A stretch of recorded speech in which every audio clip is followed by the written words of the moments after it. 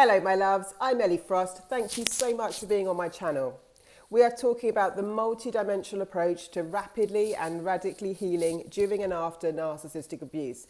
And this video is a very important one. Being brought to my attention often in my own life, right?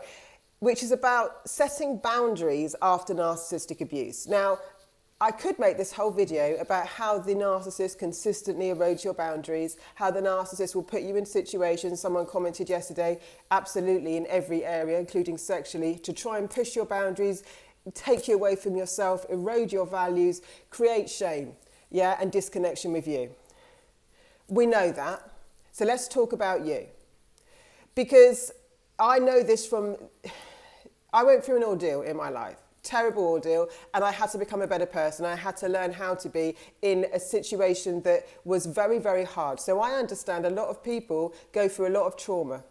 But the thing is, after being in narcissistic abuse cycles, we have to be an energetic match, if we want a better life, to a better life. I'm squeaky clean with my boundaries. In my group Sovereign, many people get excited and they try and like sort of, there's nothing wrong with them, try and, they want to tap into me and talk, and I have to set a boundary, what the group is for, and they respect it. Clients or, people will write to me and say, look, my situation's so bad, can you make an exception on the payment or the payment plan? Absolutely not. It would be out of integrity with everyone else that I work with. Do I understand that you could be in dire straits? Yes, I do. And I have a lot of compassion for it, which is why I get up every day and make these videos, sometimes more than one a day. I do care. I care very much. But I also know what it took to get me here. I was in a group once that I chose to be in. It cost thousands per month at the time, right? So I'm on the up now. Like I said, I had to invest in my future. I had to not be the kind of, collateral damage from my past, right? And I had to forget where I was and invest more in my future. That's why, even with debts, I'll teach you, manage your debts until you've got an overflow of money, but invest in your future. Make your future important. Make your healing important. It will change your life in such beautiful ways. Anyway, now there were times during this investment, it was an overall investment for a year. I chose to be in that room. Some months, I wasn't thinking I was getting much from it, right? Because it didn't seem to apply to me and I was going through a lot more hardship. But I made the choice. Guess what? I kept my commitment, no matter how hard it was, no matter what I couldn't pay, no matter what. That's I decided who I wanted to be and I became it. So I will not allow people in my world to have sloppy boundaries. If you come in and do a contract, you're liable for the contract. Yeah? I see boundaries as a beautiful act of self-love and love for each other. If I try and push your boundaries because of my pain, I'm disrespecting you, right? Because there is no way that anyone, again, I teach consent at such a high level. No one has to come into my world, for example. I didn't have to go into that coach's world. But it wasn't for me to say after I'd signed up to work with her, oh, well, I'm the poorest one, so therefore I get to go out of my contract. No. I didn't get to say, well, you're rich. She was rich. Now, if I had that attitude, I'd never have learned from her and I wouldn't have become a better person. If I thought I could just take from her because she had something I didn't, which is what people think, right? You've got sloppy boundaries often after narcissistic abuse. You might think, well, she can heal me, so therefore she should just do it. It doesn't work like that in the universe, and it makes you a match for other people that would evade your boundaries. So you get to consent and choose. It should be an inspiration for you, what you might want to participate in. It was very inspiring for me to work with that coach. It wasn't one-on-one, it was in her programs.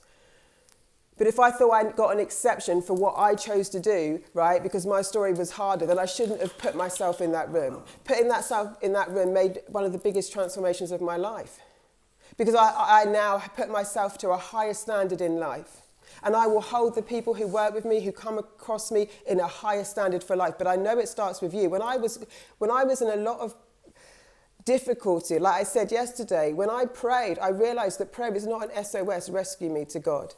God's going to show you the way that you have to act in faith. He's going to appeal to your power, right? And to do that, you have to become the person that walks in faith. You have to become the person that matters, and you have to become a person of honor and integrity. I want respect in life, right? So now what? I become a person of great respect.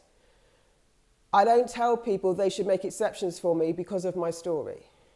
I honor my commitments and decide who I'm going to be and who I'm an energetic match for. And I don't go into rooms where if it's not, I'm not ready for yet. But I don't see it as I'm just this victim anymore. And I didn't at the time when I was a victim of life. right? I had every reason to feel like a victim of life. It was harder for me.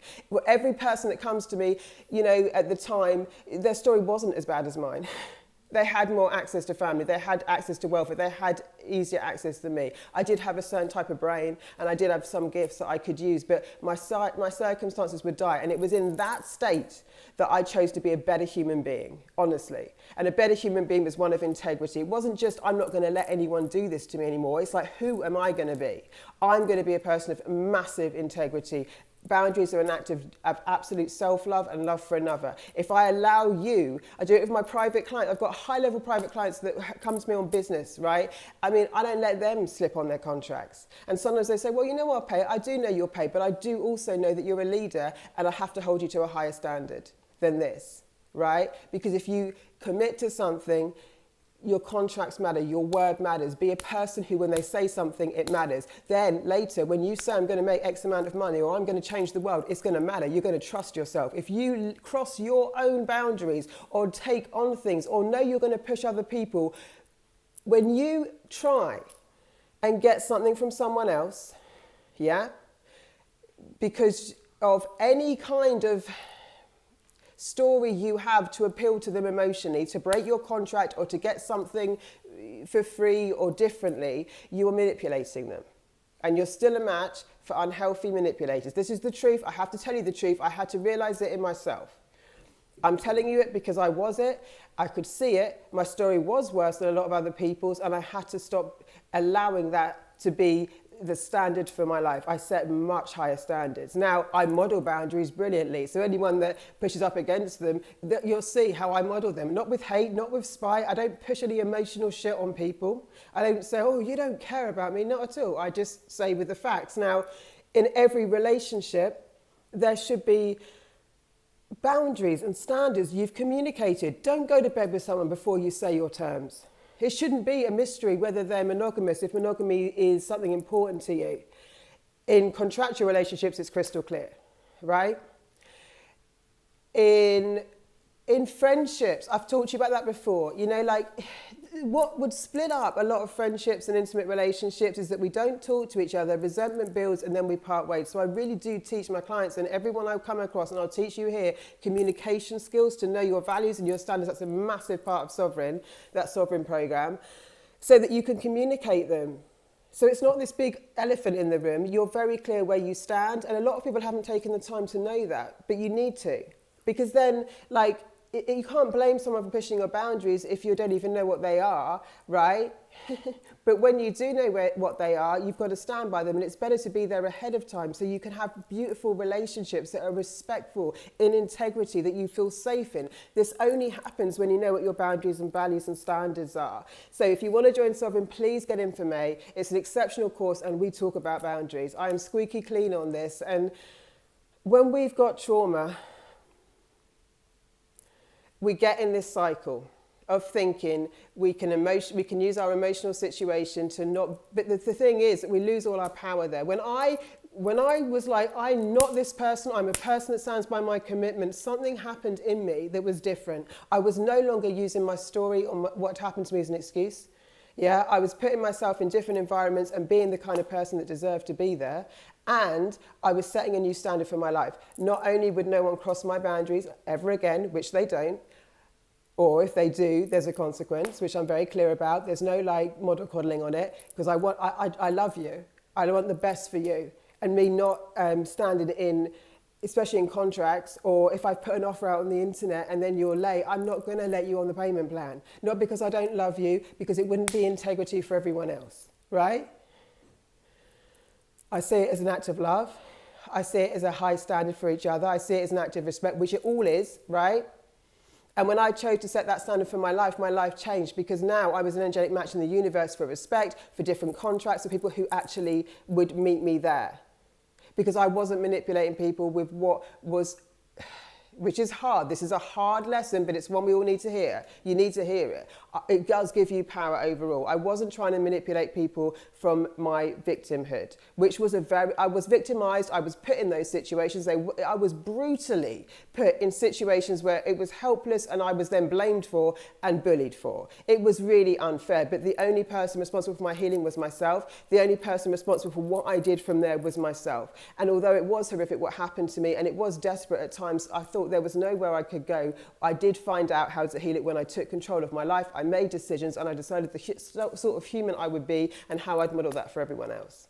Right? And when I started engaging in things, I didn't engage from the thing that the world has to do me a favor now. I engaged from my personal power, which that I set a new standard for my life, right? So I'm an energetic match to that new standard.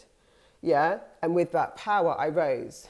Nothing was that easy for me, but everything made me more powerful. So there's no way I'm going to disempower you by treating you from that emotional manipulation, because it's not good for you. I'm going to teach you squeaky clean boundaries. I'm going to help you raise the bar in your life, right? And if that isn't for you, then don't interact with me, because I'm not here for anything else other than your best life, your healing, your trauma, and your trauma resolved, and your transformation. If you want to use it to get things, I can't help you. If you want to understand what I'm saying, not beat yourself up, be okay, self-partner, not beat yourself up, but want to do better and want to have a much better quality of life, I'm your woman. I'm your woman all the way. All right, my guys, lots of love. I'll speak to you soon.